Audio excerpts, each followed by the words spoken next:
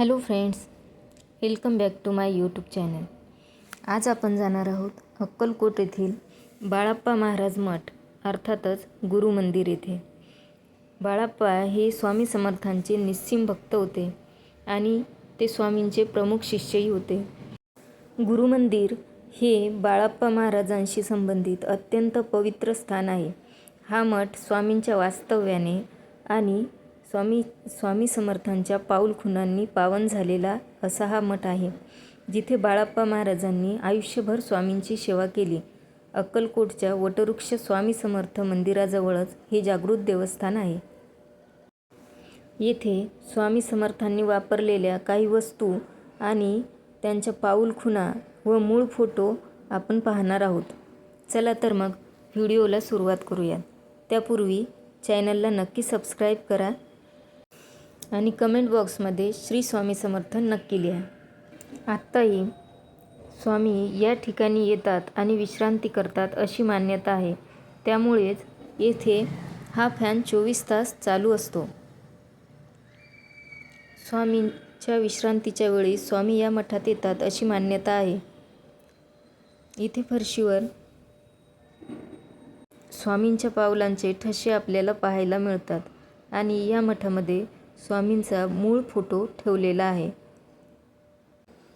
आणि खाली बाळाप्पा महाराजांचा सुद्धा फोटो ठेवलेला आहे. बाळाप्पा हे मूळ कर्नाटकातील विजापूर जिल्ह्यातील होते. या ठिकाणी तुम्ही स्वामींच्या पावलांचे ठसे अगदी स्पष्टपणे पाहू शकता. फ्रेंड्स, कमेंट बॉक्समध्ये श्री स्वामी समर्थ नक्की लिहा. बाळाप्पा हे ब्राह्मण कुळातील असूनही ते सावकारी व्यवसाय करीत होते व ते सोनारी व्यवसायही करीत असत. वयाच्या 30व्या वर्षी त्यांना संसारात विरक्ती आली आणि ते सद्गुरूंच्या शोधात श्री क्षेत्र गाणगापूर येथे रवाना झाले. त्यावेळी स्वामी समर्थांनी बाळाप्पांना स्वप्नी दृष्टांत देऊन अक्कलकोटला येऊन सेवा करण्यास सांगितले. त्या स्वप्नानुसार बाळाप्पा हे अक्कलकोटला रवाना झाले.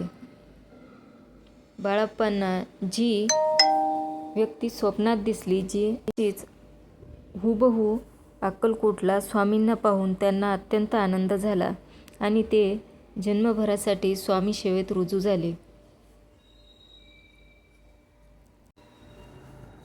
बाळाप्पांनी मठ स्थापनेपूर्वीच भारत भ्रमण केले आणि स्वामींच्या विचारांचा प्रसार केला.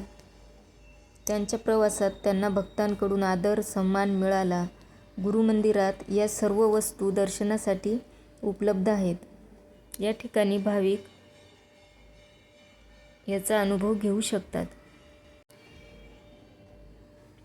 हे एक जागृत देवस्थान असून येथे स्वामींची प्रत्यक्ष अनुभूती येते. अत्यंत शांत आणि रमणीय वातावरण आहे या मठामध्ये.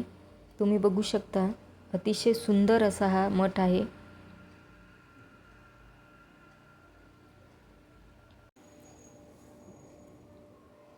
स्वामी समर्थांनी समाधी घेतल्यानंतर बाळाप्पांना अत्यंत दुःख झाले आणि त्यांनी अन्नपाणी सोडून दिले. 3 दिवसानंतर स्वामींनी बाळाप्पांना प्रत्यक्ष दर्शन देऊन सांगितले की मी इथेच आहे. तेव्हा बाळाप्पांनी स्वामी पादुकांमध्येच स्वामींना पाहायला सुरुवात केली आणि त्यांनी स्वामींच्या पादुकांची अखंड सेवा केली. आपल्यानंतर विजापूरच्या गंगाधररावांवर आपल्या कार्याची जबाबदारी सोपवून बाळाप्पा महाराजांनी 1910 मध्ये समाधी घेतली. गंगाधर महाराज हे बाळाप्पांचे शिष्य आहेत. या ठिकाणी बाळाप्पांनी अन्नछत्राला सुद्धा सुरुवात केली. येथे भाविक भक्तांसाठी अन्नछत्र सुरू केले. या ठिकाणी स्वामी समर्थांचे मूळ फोटो आपल्याला पाहायला मिळतात. फ्रेंड्स, बाळाप्पा महाराज मठामध्येच राम मंदिर सुद्धा आहे, जे आपण पाहणार आहोत.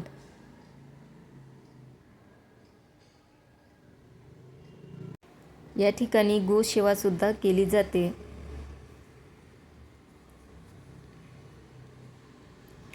तुम्ही बघू शकता इथे काही गोमाता बांधलेल्या आहेत. यांची सेवा इथे केली जाते. हे राम मंदिर आहे.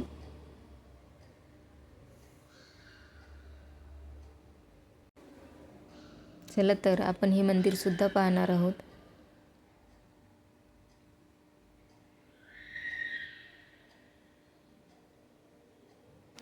या राम मंदिरामध्ये प्रभू रामचंद्रांची अतिशय सुंदर अशी प्रतिमा स्थापित केलेली आहे.